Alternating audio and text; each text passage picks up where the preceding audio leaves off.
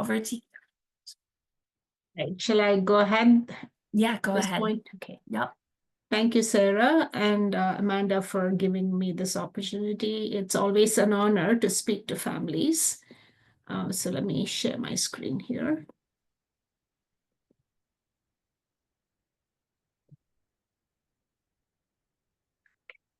The last slide, let me scroll up.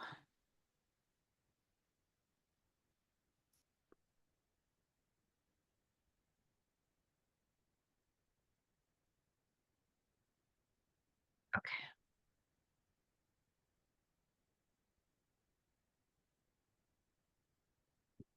Okay, you should be able to see the first slide. So the information in this has just been published in GeneReviews, and so nothing that I'm going to be saying is going to be new if you've already read that, but you can stop me if you have any questions about anything that we talk about. This is just to give you an update of what we know currently based on more patients participating in the GeneReviews article. So I'm presenting the work, and actually Amanda has not put her name here. She should also be part of this list. She was instrumental in helping initiate this idea and, collecting data and being on all the calls, editing, etc. So she's definitely part of this. Becky is a genetic counselor at Duke who did a lot of the work contacting families, getting medical records, getting data. Lauren Pena is the original co-author of the first paper we published on this condition, and Julie Lander was her fellow at Cincinnati Children's. She's currently in Utah. And of course, a big thank you to all of you who participated as well. So to give you a brief preview, premiere on Shashi-Pena Syndrome, or SPS, as we're going to call it for short, we first published the paper, as Sarah said, with 6 patients. Her son was also one of them in 2016. And all of these patients had truncating variants. That means a lot of you know this already. These are variants that cause the protein to become shorter than the typical length of the protein. And these variants were all located in the last 2 exons of the gene, meaning towards the end of the gene. Every gene has coding regions called exons, and the ASXL2 gene, depending on which genome build you look at, it's either 12 or 13 exons. So these variants are located in the last 2 exons of the gene. And so the protein is still being made, it's just very short compared to the typical protein. The features we described in this original article were the following, and the ones that are in italics are the ones we saw in all 6 patients that we described. So there were growth differences in all of the individuals.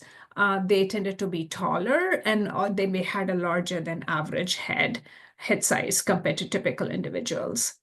And all of them had a facial appearance that was recognizable from one individual to another, and that is a noticeable red mark between their eyebrows. It's called a globular hemangioma, and some had arched eyebrows.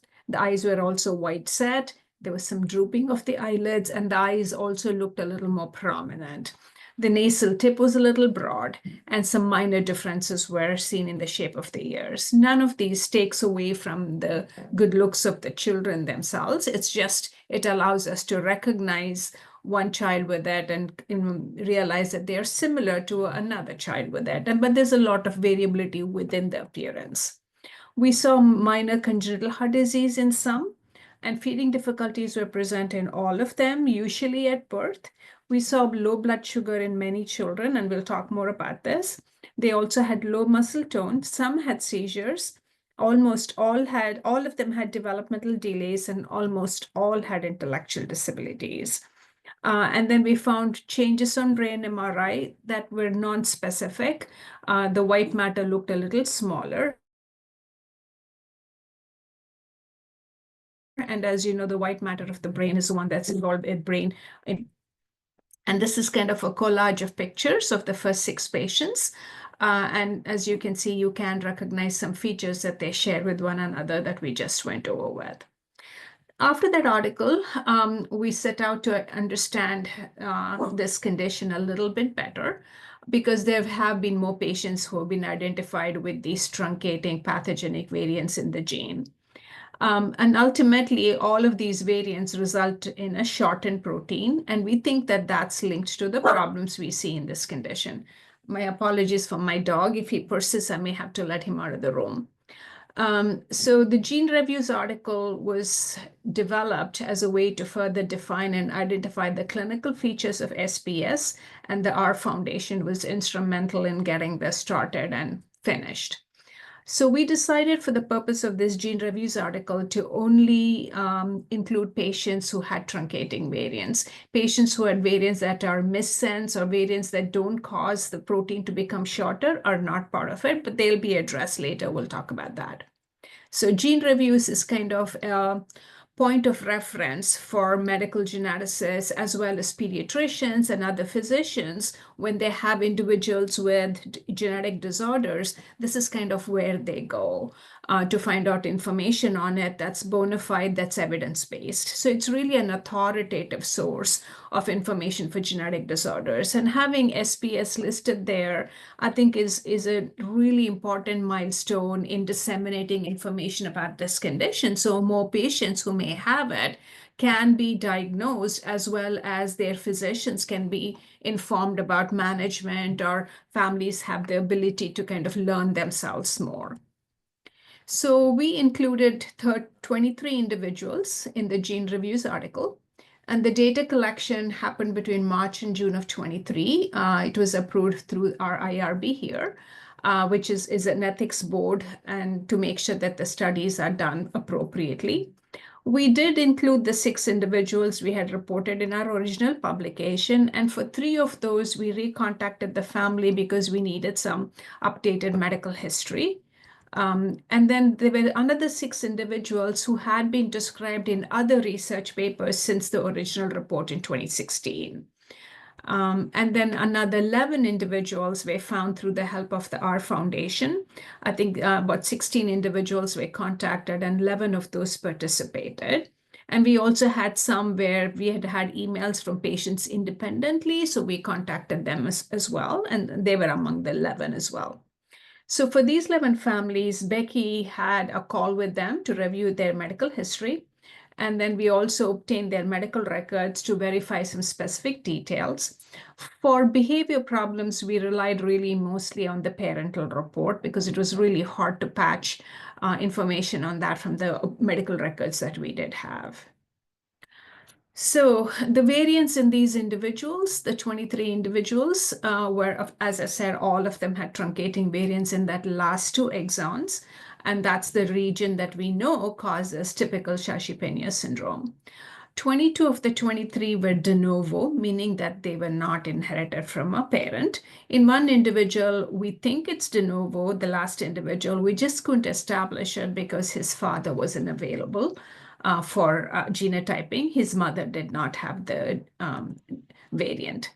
And all of the variants were identified by either exome or genome sequencing, which is the latest kind of genetic testing we have available when the diagnosis is unknown and the child is suspected to have a genetic disorder.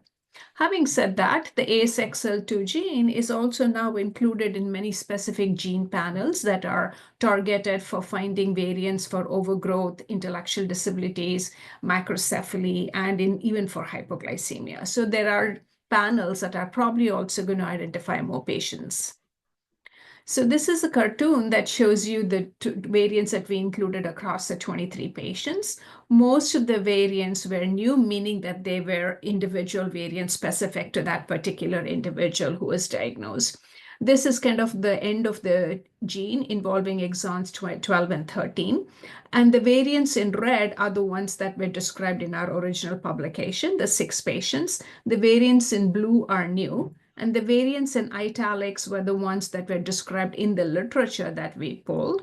And then the ones that are bolded are ones where we saw it in more than one patient, a particular variant. But all of these ones in blue essentially are new ones that we included for the purpose of this article. So we'll move now into the clinical features itself, and we'll go over them not in order so much of medical significance, but in order of how frequently they were seen across the 23 individuals. So the facial features were seen in everyone that we included in this article.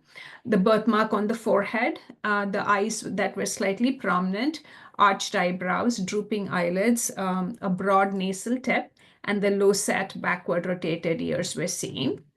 And this is, again, an illustration of some of those features here. The second one that we saw in almost everybody that we had data on, remember, we had dental records on 14 individuals of the 23, and all 14 had some dental abnormalities. So it was 100% in the numbers that we had information for. What we saw was that there's early eruption of the primary teeth, and there is also early loss of the primary dentition. And then the permanent teeth also come in a little early. And the teeth were described by the dentist as being smaller. The enamel was weak, more prone to breakdown and decay. There was gingival overgrowth, that's overgrowth of the gums in some individuals. Again, here, the ones in italics are the ones where everybody, all 14 had this. The others were variable. Some children and adults were described as having excessive salivation or drooling. And some had on their x-rays, the jawbone looked very tense compared to typical individuals. And as I said, these dental abnormalities we did not report in our original publication. So this was new, and it seems like it's probably highly prevalent.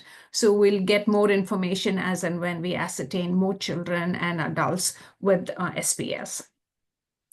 We saw developmental delays and intellectual disabilities in 95%. Then the delays were global, ranging from mild to severe. Now, the other two ASXL genes are also associated with variable intellectual disability and developmental delays. It's my own gestalt, having clinically seen on individuals with all three ASXL disorders. And while there's variability, in general, children with SPS tended to, for me at least, tended to skew towards a milder range of developmental problems compared to the other two. Again, it's just an anecdotal observation. We need to get more data on this. The children walked between 18 months to over 4 years of age. Again, speech was delayed, starting between 2 to 3 years, and some were still nonverbal at 4 years of age. And the intellect varied from low average to low average intellect, so within the norm, to severe intellectual disabilities.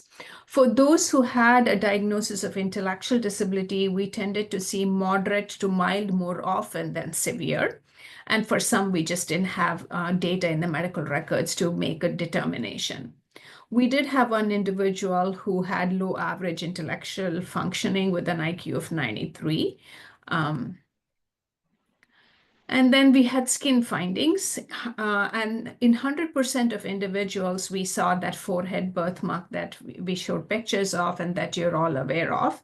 We saw that in everybody. The other findings were variable and varied from about a third to higher. The forehead birthmark could fade with age for some individuals. And some of the other skin findings were excessive hair growth, capillary malformations of the kind that you see here, and they tended to be distributed in various parts of the body. And some had very deep palmar creases on their hands. Feeding difficulties were seen in 85%, and most of the time it happened in the newborn period. The children were described as having difficulty in latching and sucking, and some of them needed short-term feeding tube, and some had long-term use of feeding tube, including G-tube insertion. Most of the time, these feeding problems gradually improved and are completely resolved. Some manifested with feeding difficulties after the newborn period and even after the first year of life. And they continued to have more feeding problems than the ones who presented earlier. And these children had aversion to certain foods, textures. So some of it, we are not sure if it's behavioral, and some of those children did have some features that were suggestive of sensory problems in the range of autism spectrum and food aversion. So it's really hard to know what that group is. We'll have to, again, study better before we know more information. Musculoskeletal abnormalities were seen in almost 70%, and the most common one we saw was scoliosis, where the curve of the spinal curve side to side increases, and kyphosis is where they have more of a hunchback or a forward curve. And this tended to appear later in the first decade and got worse after 10 years of age, typically during puberty. There were some other skeletal features that were noticed, and that is many children were described as being very flexible with mobile joints, more so than typical. And some of them had a tendency to develop fractures, about a third. We just don't know the reason for this at this time. What we've seen is on review of x-rays in the ones where we had this information is there is both increased bone density where the bone looks hard and over mineralized, as well as individuals for whom the bone is less mineralized than normal, and so it's more fragile. Then that's osteopenia. So, and sometimes there were individuals with fractures who had one or both of these one or the other of these findings, but there were also individuals with fractures who had neither of these findings. So we just don't understand why there's this supposed increased tendency for broken bones. Heart abnormalities were seen in 80%. These were most commonly identified at birth or soon after, and they included an atrial septal defect or a ventricular septal defect, where there's an abnormal communication between either the upper or the lower chambers of the heart. We saw a PDA, which is a connection, vessel connecting, allowing for blood flow between the lungs and the heart that should close soon after birth. In these children, it tended to persist. And then we saw more serious abnormalities in a few, such as a coarctation of the aorta, and this requires surgical correction. The other three may or may not. And then we saw pulmonary valve stenosis, that's a valve on the right side of the heart, and some thickening as well in some children. 3/4 of the children had problems with growth. Most of the time, we saw that they were larger with weight and length at birth. And then these children tended to have advanced bone age later on when their x-rays were studied. So we also wondered, given the advanced bone age, with a lot of conditions in which you get overgrowth, you can also get early puberty. We thought about this, we just don't have enough data. And so the ASXL puberty study in 2023 did not have enough individuals with SPS to generate these data. So we'll wait. The large head size was seen in about 75%. And most of the time, the large birth weight, length, and head size presents at birth, or it can develop later. And if it's present at birth, it does tend to persist. Vision and hearing findings were seen in almost 75%, and they tended to be fairly minor, like strabismus or misalignment of the eyes, a lazy eye, amblyopia, where because of the strabismus, the vision is affected, is a consequence of this. So a couple of children had reports of small optic nerves, where it's probably a developmental finding when the optic nerve is developing. And then hearing loss was seen in almost half the individuals. Most of the time, it was due to middle ear hearing loss, such as fluid in the ear. One individual did have sensory hearing loss and had to have cochlear implants. Behavior problems were seen in 70%, and this was the one where we really don't have a lot of data that we verified from the medical records, but parental reports included anger outbursts, tantrums, meltdowns, aggression, oppositional behavior. And some other children, the parents reported they had been diagnosed with anxiety disorders, ADHD, and autism. And many children and adults had multiple of the behavior problems that are described here. And families reported over and over again that the behavior problems are one of the biggest challenges that impacted the life of the individual affected in their family, and also has had an impact on them and the rest of the family. So it's clearly a challenging problem. Neurological findings we've seen in 95%. Seizures were probably the most frequent. About 2/3 had seizures. About a third only had febrile seizures that didn't require any further treatment. A third had both febrile and non-febrile seizures, and another third only had non-febrile seizures. No specific EEG findings were reported, and the parents reported that the seizures had been well controlled with prescribed anti-epileptic medications. Again, we need more data on these. Hypotonia was seen in almost all the individuals, and it just got better over time, and it's likely to be central due to brain immaturity. Brain findings were seen in about 88%, but they were fairly non-specific. As in the original publication, we saw white matter volume loss. And because of that white matter volume loss, there seems to be increased space around the brain. And that's the increased extraaxial space because the brain's smaller relative to the skull. Hypoglycemia was seen in about 65%. And its timing of this was highly variable. Many experience it only after birth, and they tend to get better over time. A few continue to have hypoglycemia that persists. Many of the time, it's episodic. There is one individual who had severe hypoglycemia, and he was documented to have hyperinsulinemia. The others weren't, and he has required continuous feeds. And then subsequently, 2 other individuals with hyperinsulinism also have been documented. And one was successfully treated with octreotide, and his hypoglycemia has responded to that. Temperature regulation and sleep problems were seen in about 40%. And parents reported, again, this is parent report, not reported in the medical record as much. Parents reported, flushing, feeling hot, getting overheated. And many of the children have to be brought inside when the ambient temperature is very high.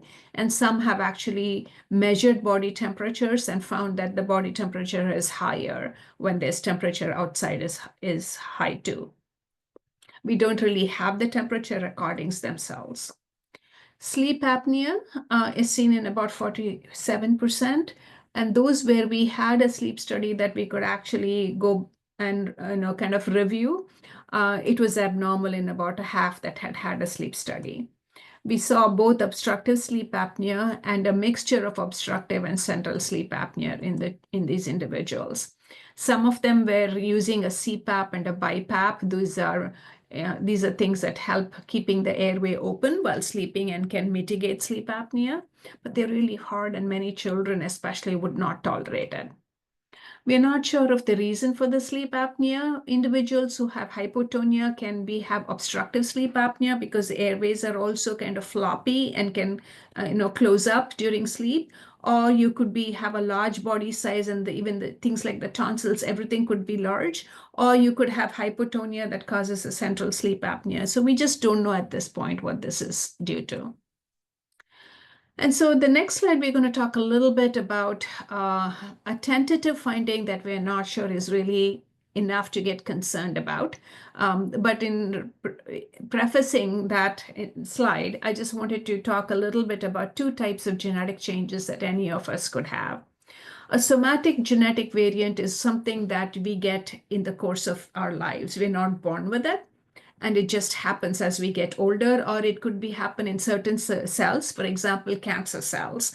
Most cancer cells have somatic variants because there are genetic mutations that drive most cancers, but you don't find it in that individual elsewhere. It's only in the cancer tissue. And these are usually because of environmental causes and not something that they were born inherently in their DNA when they were made or born. A germline variant is something that a person is born with, and it's there in all of their cells, and it's also in their eggs and their sperm. So it's not localized like a somatic variant is. So SPS is caused by a germline variant in ASXL2. It is there in every cell in the individual. So the next slide is to kind of, be upfront and to kind of talk to you about this. Since we have, information to share, we believe in sharing information, but it's also not meant to raise concerns because we just don't have enough to get concerned about. So if you look across the ASXL genes, there is some data that all the 3 ASXL genes are commonly found, variants in these genes are found in a variety of cancers. So these are individuals that are typical. They may have hematological cancers such as leukemias. It's also been seen in solid tumors like ovarian cancers, for example, where you get a change just in the cancer tissue in one of the three ASXL genes. That was known well before these genes were linked to specific conditions because of germline variants. These somatic variants for these cancers have been known for a very long time.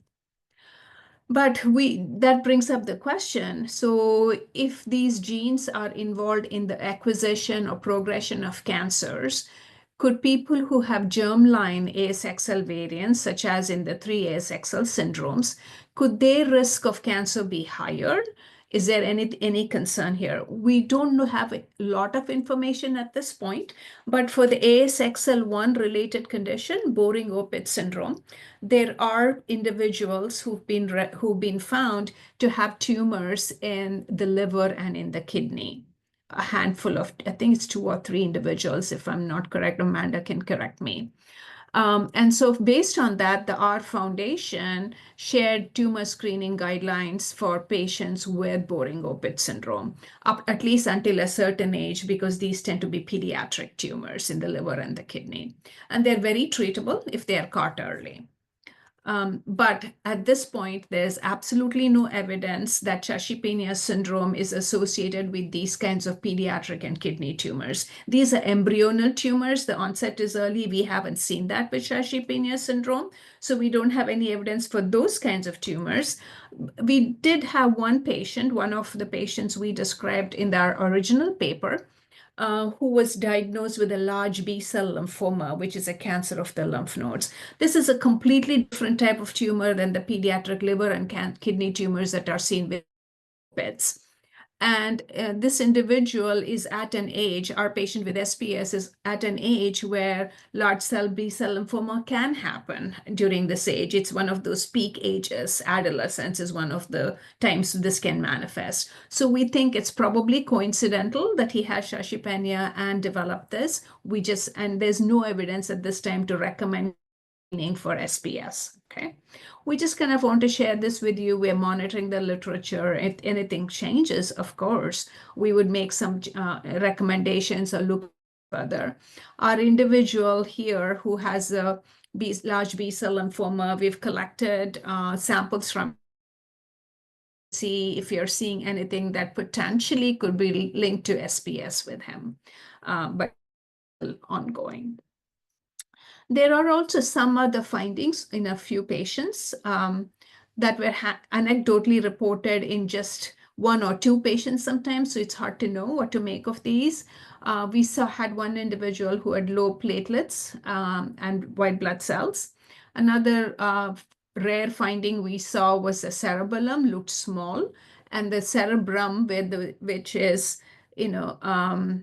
actually, it should not cerebral atrophy. It should be this cerebellum, which is the area in charge of coordination, balance, and motor control. So that looks a little small in 1 or 2 children. We've seen a report of type 2 diabetes and 1 or 2 children who had dysfunction of the palate, where the roof of the palate doesn't really close the mouth off from the nose. And so speech sounds nasal and can be hard to understand. Hypospadias is seen in 1 or 2 children. That's where the urethra is not at the tip of the penis, but rather on the underside or somewhere further back along the shaft of the penis. And large liver in 1 or 2, and at least 1 patient had a long QT interval. That's the time it takes for the heart's electrical system to reset itself after each beat. I think this was reported in 2 in our GeneReviews, and 1 of them had a family history of long QT anyway, so we don't think it's related. Again, these are very new and in small numbers, and we need to monitor before we determine if it's linked to SPS or they just coincided with SPS in these individuals. So to summarize, for patients who have classic SPS, the specific findings that we see tend to be the distinctive facial features. These become less obvious as individuals get older, and we've already been through these. So I won't repeat all of them. You can kind of cast your eye on them as I bring that up. We also see for most individuals larger than average weight and height. Same thing, the head size tends to be larger than average, and we tend to see the deep hand and foot skin creases. Then there are a number of features that are less specific, meaning they could be seen in many other different conditions. If we see them, it doesn't necessarily mean that you would think specifically of SPS. Low muscle tone, mild to severe IDD, seizures of different types, heart defects, low blood sugar. That's usually at birth, but can also happen in older ages, and bone abnormalities such as the kyphosis and the scoliosis. So then all of this that we talked about was in relationship to the truncating variants that causes classic SPS. But more and more, we've all become aware of individuals, when I say all, the R Foundation, myself, Bianca Russell, of many individuals who don't have a truncating variant in the ASXL2 gene. And as I said, we focused only on the truncating variants. And in your child's genetic report, this is listed as a nonsense variant or a frameshift variant. And these are almost never inherited. Most of the time, they start with as a new thing in the child. But we are aware of a number of individuals who have a different type of genetic change on the ASXL2 gene, which is called a missense. Okay. The term syndrome is used when you are confident enough that whatever you're seeing in the individual is defining a condition. So at this time, the truncating variants we know are associated with Shashi-Pena Syndrome. The individuals who have a missense variant, at this point, we are not sure actually have SPS. It's not enough to say they have the same syndrome. So some of these variants, they're reported as pathogenic by labs, and some are reported as variants of uncertain significance. And some of them are just reports of parents reaching out to us saying that we've had this change reported to us, we're not sure what to do, or providers have reached out to us. So the individuals tend to have a number of variable features, and which are fairly non-specific, and that they include developmental delays, intellectual disabilities. Every one of these that I have reviewed, I have not seen any of the typical facial features, or any of the other specific features we see with the truncating variants. And a lot of the time, the missense variant has been inherited from an unaffected parent, which again makes it less likely that it's a pathogenic variant and that it's causing problems in the child. So at this time, we just don't know if these single missense variants actually result in SPS. They certainly don't result in classic SPS. Is it possible that they result in something that's a little different, that includes just a neurodevelopmental phenotype? That's possible. We have to gather more information.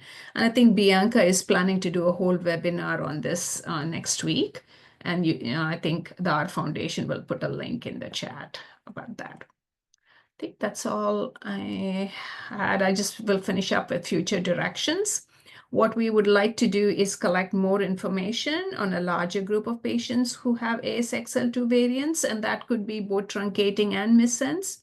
We want to come up with some clinical diagnostic criteria, where certain features should trigger the physician thinking of the condition, and that would include symptom, sign, test, their medical history, as well as things that are present you wouldn't think about SPS. So we want to come up with those kinds of things. We do want to explore the role of missense variants and their relationship to SPS, whether it's classical or an atypical form. And we want to look at the similarities and differences between the three ASXL-related disorders.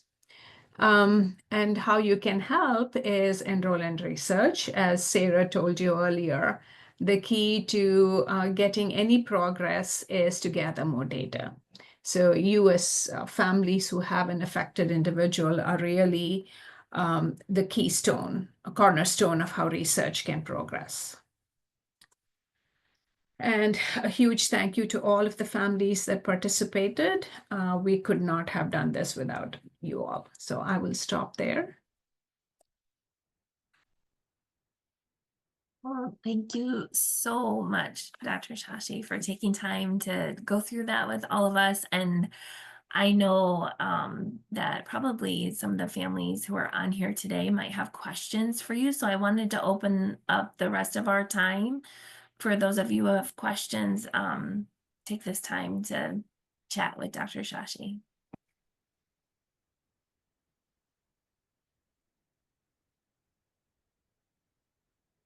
I do see some familiar faces as well. Hello. And for those of you that I have not met, hello again.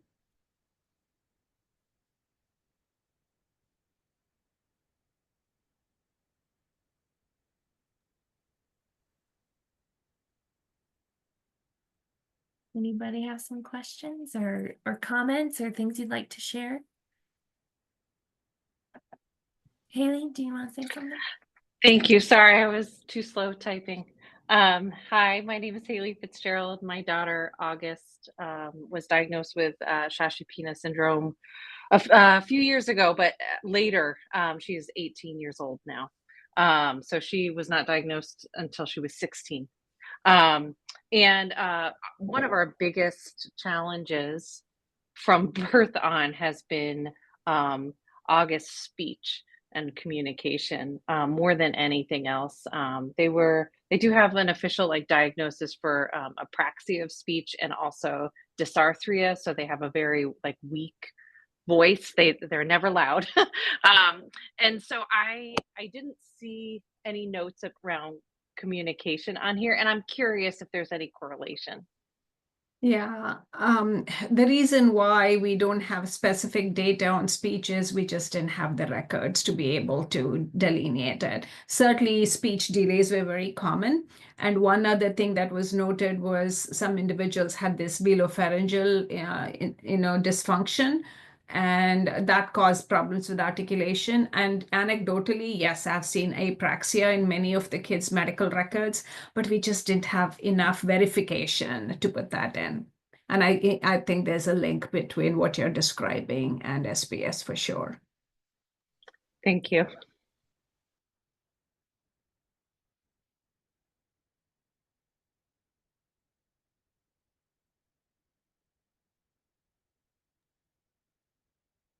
Anybody else have any questions or comments? Let me ask a question of all of you as parents. What do you feel like is the most challenging component of the condition for you? Is it behavior like was described in the interviews? Is it the medical? Is it both? Hello, I want to present. I'm from Argentina. Recently, I speak English more or less, and I try to understand more or less. So then I pediré, I don't know say in English, to translate that all you talk. But it's very interesting because 1 week ago, diagnostic my child from Shashi-Pena Syndrome. So I learned too much with you talk about the illness. So I want only present the only way to know that have these problems only the ADN, what say in English? IDN analysis with blood analysis. I don't say it in English. Pardon. I guess I wasn't clear. Are you asking if the only way to diagnose this is through the blood analysis? Was that your question? Exactly. Okay.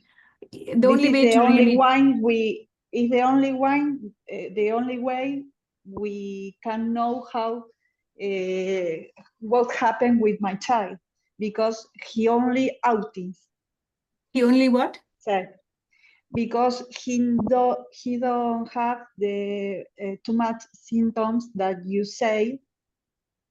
He have problems like autism. You say? Autism. Exactly, Yeah. exactly. But I know how to control all other things like the hair, like the he have problems with the teeth. Okay. And has he been found to have a change in the ASXL gene? ASXL2 gene? I don't know you say, Okay. because you Okay. speak very, very slow. Did somebody give him a diagnosis of Shashi-Pena syndrome, or is this something you've been wondering about? No, he have the mutation. So he has a mutation in the gene. Okay. Exactly. Okay. Yeah, the only way to be 1 week ago, I know. Okay. Okay. And the only way to be sure of the diagnosis is, like you said, to find a mutation in the gene. Exactly. And since you have that, is it the truncating kind that we just talked about, or you're not sure of what the change is? I don't know say. Okay, no It's, worries. One way you could get more information is, share your information with the R Foundation, and they can kind of look at the variant. They can always reach out to me, for example, if that variant is not clear as to how it is, whether it's actually causing Shashi-Pena or it's a different kind of variant like the missense. So they can help you with that by getting in touch with the experts, and I'm happy to help work with them.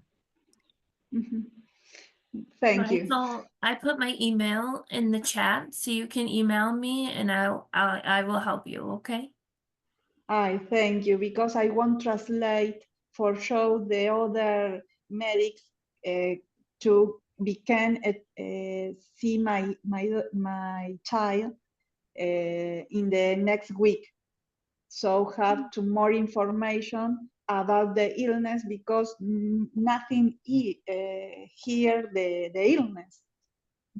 Yeah, I have all kinds of information I can share with you that you can pass on to the doctors. That will be very helpful for them. Thank you. Thank you. Of course.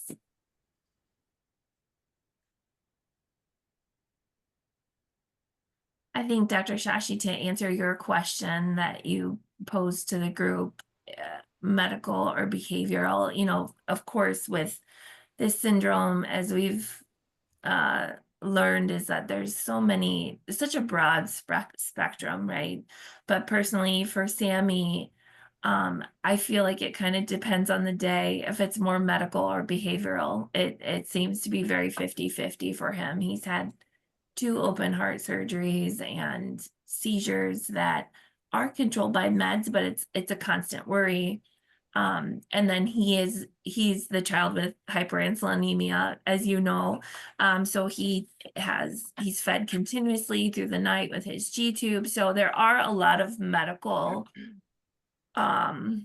issues that we have to balance, but then also behavioral.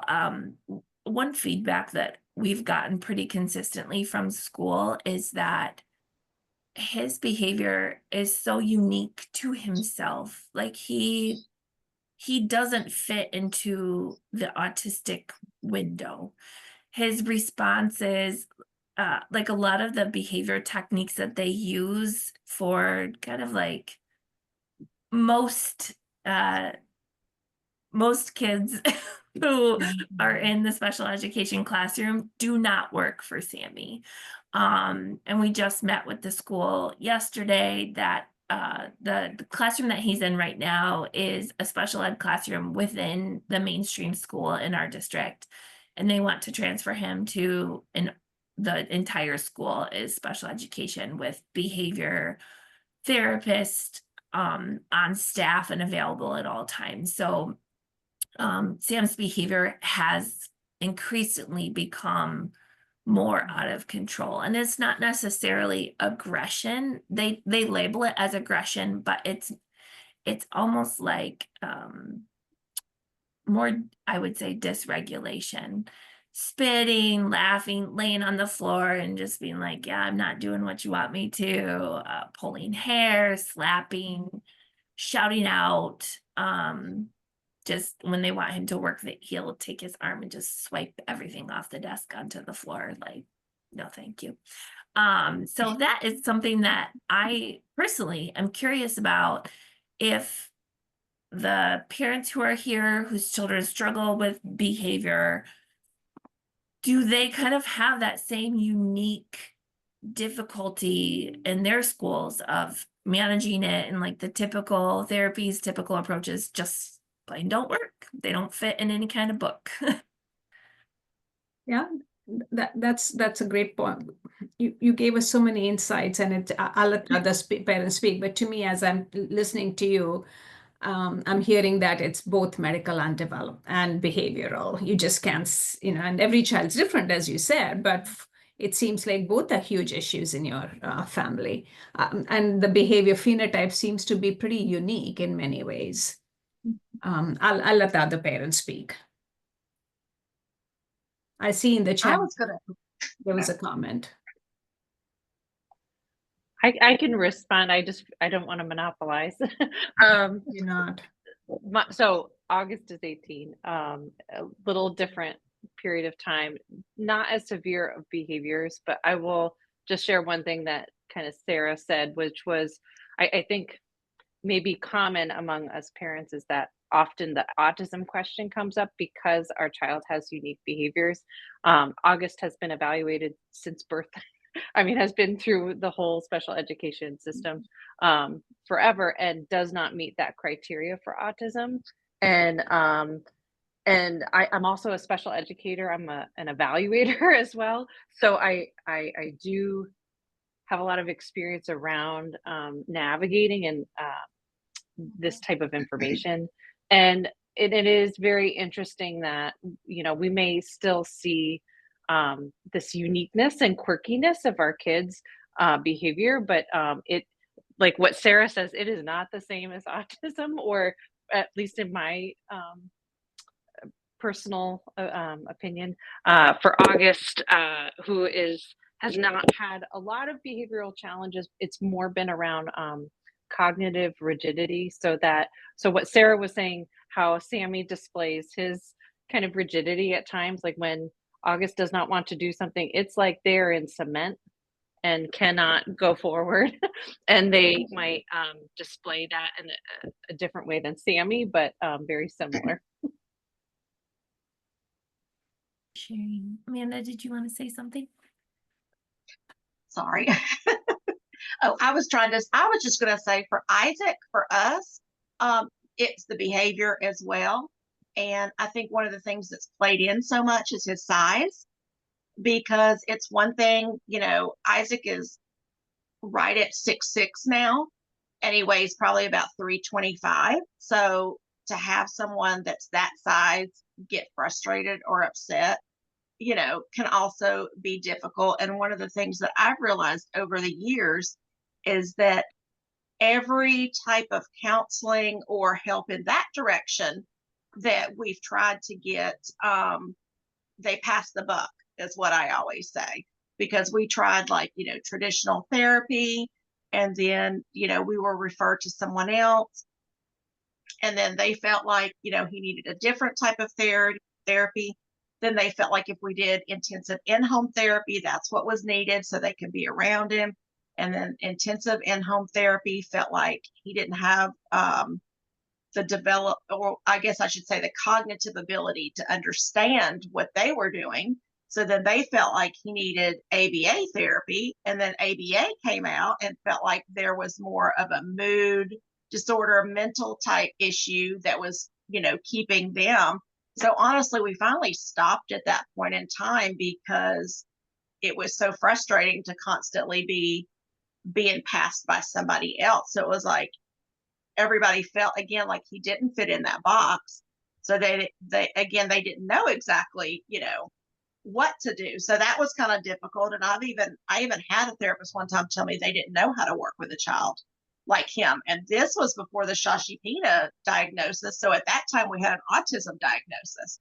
And I was like, well, what do you mean you don't know how to work with a child, with autism? And they were just kind of like, but one of the things that I noticed, which I know many of them are still, much younger than Isaac, but some of it I do believe was hormone related, as he was in, kind of that certain early teen issue. I saw similar things with my older son, but then I felt like it was related to Isaac as well. But I feel like now he'll be 18 in May. And he doesn't have, I mean, we aren't doing anything like counseling, therapy, anything. And it's almost like he grew out of some of that. Like he still will get upset and do what I call badgering, where he just keeps on and keeps on about something that, he's either frustrated about or doesn't understand. But for the most part, it's like way better. And so I don't really know the answer. Like I said, I don't know if it's just kind of the growing and maturing for some of it, that they just kind of learn to work a little, better through the process. I mean, I know that he's always going to have these struggles. And I've mentioned to him before, when he gets upset with me, I'll bring up a girlfriend or a wife. And I'll say, I don't know that those are options down the road, but you have to be able to talk to them and not just get frustrated and, pop off and then walk away kind of thing. So, that's kind of where I kind of lean towards right now. And I know I saw Dr. Shashi had asked about Isaac, because Isaac is the one that has gotten the lymphoma diagnosis, and that was just back in April. And so we went through treatment, and then his first PET scan basically showed almost all of it was gone. And so then they kind of wanted to do a treatment every 3 months and watch him every 6 months. So we just went yesterday for a treatment and then a CAT scan. And so pretty much the way they explained it was that his CAT scan yesterday shows no active lymphoma. So the treatment that we have gone through since April has pretty much stopped. His lymphoma is not growing at this point. It's just kind of, there, which we know it will be forever for this type. And so they're very excited. They, are very happy that we're on kind of the lowest type of treatment and that it's worked so well for him. And, right now it's just kind of they were like so over the moon yesterday. They were like so excited. Now today he's in there sleeping all day, feeling, terrible from that, treatment. But he's kind of the mindset, if I have to go do that every 3 or 6 months or something, and then I just keep living, my life, at least for as long as possible, then, that's a good thing. So, but I did see another question pop up, so I'll zip it. That is a great thing. Thanks for sharing, Teresa. I saw a question here from Jacob regarding potential tumors. Of the tumors mentioned, were all malignant or were some benign? I just answered in the chat. The reports of the tumors in boring opeds are of hepatoblastoma and Wilms, and those are tumors that are malignant and will spread. A lymphoma is also by definition a malignant tumor. So those are the ones that we know of so far. Benign tumors, if they have happened, they haven't been reported as being part of it. But remember, these are just few reports in boring opeds. And as I said, in SPS, we only have the lymphoma that Mrs. Locklear was alluding to with Isaac. And I'm so happy he's doing well. Please say hi to him. I sure will. And Amanda, you've been waiting. I just wanted to make sure you had a chance to share. Oh, yeah. Thanks. I just wanted to kind of echo both Sarah, what you've said, and Haley a little bit, that it does often feel like a combination of the medical and behavioral. Connor hasn't had a lot of issues behaviorally, but he has a lot of trouble with communication, and he has the apraxia diagnosis. And at 6, he can get a few words out, not necessarily functionally, as in like a conversation, but like he can repeat a few words, especially he's a big Toy Story fan, so Woody and Bo Peep come out clear as day. But that has complicated the medical piece, where we know he is on the borderline QT, he has the seizures, he gets sick so quickly, but he can't tell us, and he's not going to show me necessarily that he's not feeling well. And then the little bit of behavior stuff that we do see, I think, is all communication based. He can't tell me he has a headache. He can't tell me what specific snack he wants if he's not taking me directly to it. He can't just say like, I want the thing that's not visible or I can't reach for, you know. So I think a lot of it comes back to that cornerstone, at least for us, and the delayed communication is really the tough sticking point. Yeah, thanks for sharing, Amanda. Jasmina, did you want to share something too? Yes, hello from Slovenia to all of you. Hi. Yes, I wanted to talk a little about the domain. We also have problems with behavior, but it doesn't seem as bad now.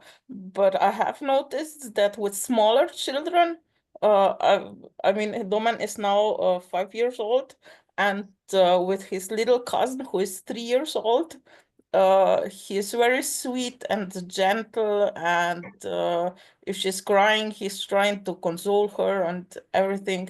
But if he's playing with children his own age, he doesn't really care about them. He likes to better play alone. And if someone takes something away from him, he will hit him. Also, our biggest problem is speech. I don't know at this point if it's apraxia or no. We are still working on that. But since you have talked about 23 children in the study which you have committed, I don't know if Domen is the one with the cochlear implant. He has the cochlear implant, but as of last year, it is now clear that he was falsely diagnosed. He can hear and he doesn't need the cochlear implant anymore. Okay, that's really good information. I will pass that on to Becky and we'll correct that. Yes, Okay. Good but to, he will I get imagine it tubes has again. to be him. Yeah. He will have another operation. He has this fluid in his ear since birth. One time he already received these tubes, but it didn't help. The water came back, the fluid, I mean. And now in the next month he is getting the surgery again. Yeah, that we saw quite a bit, the fluid in the middle ear. So it seems like he is similar in that way too. Okay, Yes. thank you for telling us that. No problem. Thank you.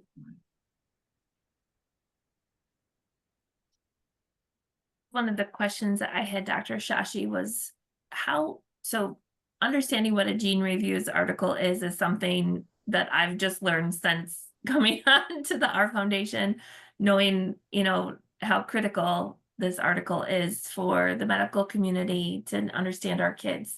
So how often are these articles revised, edited, added to through the years? Yeah, that's a great question.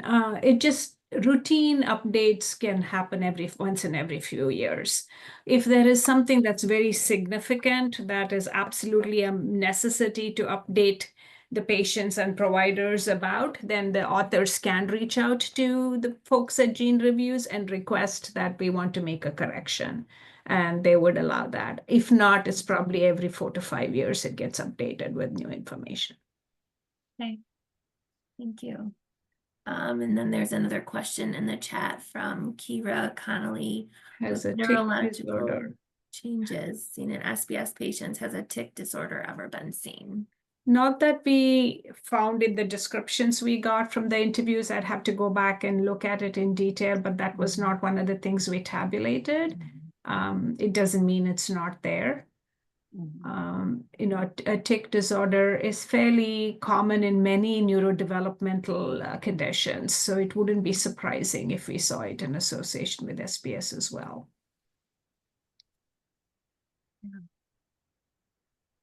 I just realized that we're 5 minutes past our scheduled time. I want to be respectful of your time, Dr. Shashi. Thank you so much for. Thank you for having me, and it's so nice to see so many parents, and without you, we would not learn more about this condition. So thank you for participating in research and sharing your child's journey and your journey too. We learn from you. We thank you. I'm so thankful for the other families who are willing to participate for this GeneReviews article. Like I shared, Sam was one of the 6 in the beginning, and when we first got Sam's genetic diagnosis, it was just a mutation of ASXL2, and there was literally no information out there at all. So just in 9 short years to be able to have a GeneReviews article in hand is just such a gift to our family, and I know to all these families here, and we're just so grateful. So thank you so much. Happy to. And as I said, Amanda was the one who brought up the idea of the GeneReviews, so she deserves credit for inspiring it. People together, that's all. Yeah. Exactly. Yes, and to the other parents on here, I've known Amanda since she came on staff at our foundation, and we've had just a relationship through me volunteering. But now that I'm an employee and can see the behind the scenes, all that Amanda does for the foundation and for Shashi-Pena Syndrome is just absolutely outstanding. She's a rock star and a huge advocate for our community, and I am so grateful that we have her. We're very, very lucky.